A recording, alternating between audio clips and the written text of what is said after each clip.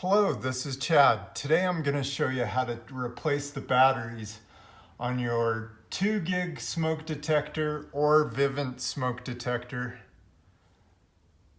Let's get started.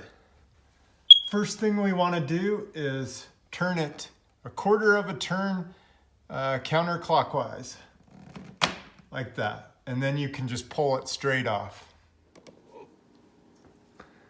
So these have 3 AAA batteries. The ones that come with it are Duracell Pro Cell. I believe they're Professional series. To get these out, they're quite tight in here. And you want to use these little grooves in between the batteries and come at it at the side. And just pop them out like that.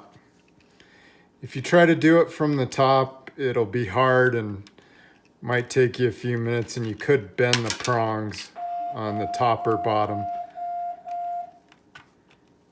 So just come at them from the side and they'll pop right out. They all go in the same direction, and so here goes.